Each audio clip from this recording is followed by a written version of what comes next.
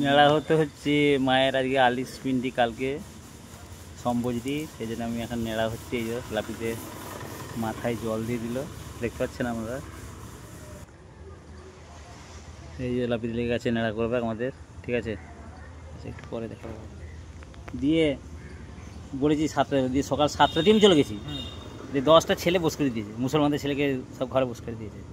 আমি গেছি, দিয়ে আমাকে বলছে আর হবে নি। আমি কেন? আমি তো লাইন দিয়ে আছে, তোকে তো বলেছি লাইন দিয়ে রাখবি, একটা একটা সবসময় দিয়ে রাখবি।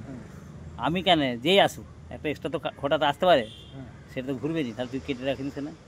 বলছি আমি 10টা লিখছি, আমার আর হবে না। আমি কেন? দিয়ে এমন বাখান দিয়েছি শালাকে, আমি ন্যাংটা ছোটো লোক থাকা, তোকে দোকানটা করে দিয়েছি, তোকে দোকানটা বস করে দিই, তুই আমার চুলটা কেটে দিচ্ছ নি?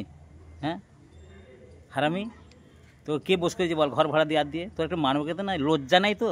দেখ গাদা লোক জড়ো হয়ে গেছে, যা দিয়েছি শালাকে সকালবেলা।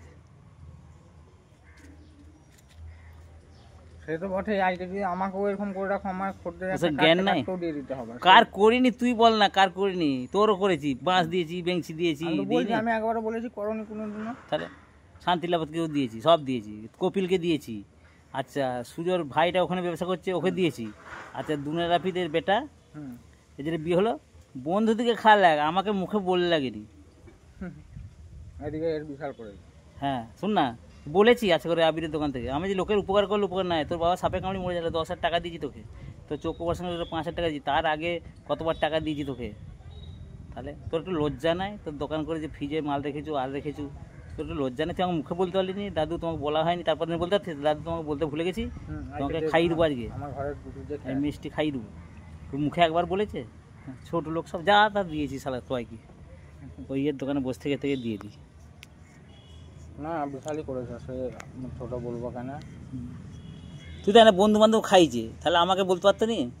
যেখানে বন্ধু বলছে সেখানে একজনকে অবশ্যই যে আমাকে বিশাল করে। আর আমি তো কম লয়, আমি তো ওর যে কিছু করিনি বা কম করেছি এবং বলতে পারিনি, সেই দিন থেকে ওর সঙ্গে কোথায় বলিনি।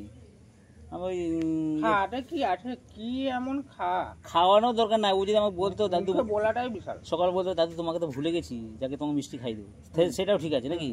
তুই যদি মিষ্টিও যদি না খাস দাদু বুঝলে তোমার লাড বউকে দেখতে যাবে, ঘরকে যাবে, তোমার মুখে বললেও তো কাজ হতো রে, মুখে বললেও তো কাজ হতো। বা তোমার নতুন নাট বউয়ের হাতে রান্না খেয়ে আসবে, বুঝলে দাদু ভুলে গেছি এখন। আমাদের সেই কথা, আমি যে খাবো তোর ঘরে খেতে হবে কোনো মানে নাই, মুখে তো খাবে এক মুঠো ভাত, তার জন্য যদি। হ্যালো, নেড়া হচ্ছি, দেখতে পাচ্ছেন তো, নেড়া হয়ে গেছে। আর দেখলেন ফুল নেড়া হয়ে যায়, তারপর দেখাবো আবার আপনাদের। ফুল নেড়া হয়ে গেলে দেখাবো না, দেখতে পাচ্ছেন আমি সব খেয়ে দিয়েছি। হ্যালো, দেখুন নেড়া হয়ে গেছি, মায়ের সম্পত্তি আছে দেখে নিলেন, নেড়া হয়ে গেছি, ফুল নেড়া। কেমন লাগছে কমেন্ট শেয়ার করে জানাবে। আমি ভিডিওটা পোস্ট করছি, মায়ের সম্বরি আছে, কালকে কীর্তন আছে আমাদের হেতিয়ায়, এখানে প্যান্ডেল হয়েছে, আমরা দেখিয়েছি এর আগে। প্যান্ডেলেতে বৈকাল 4 থেকে আসবেন, ভালো কীর্তনের দল করেছি, নদীর উপারের দল, অসিত মণ্ডল হেতিয়া বাজার, ঠিক আছে।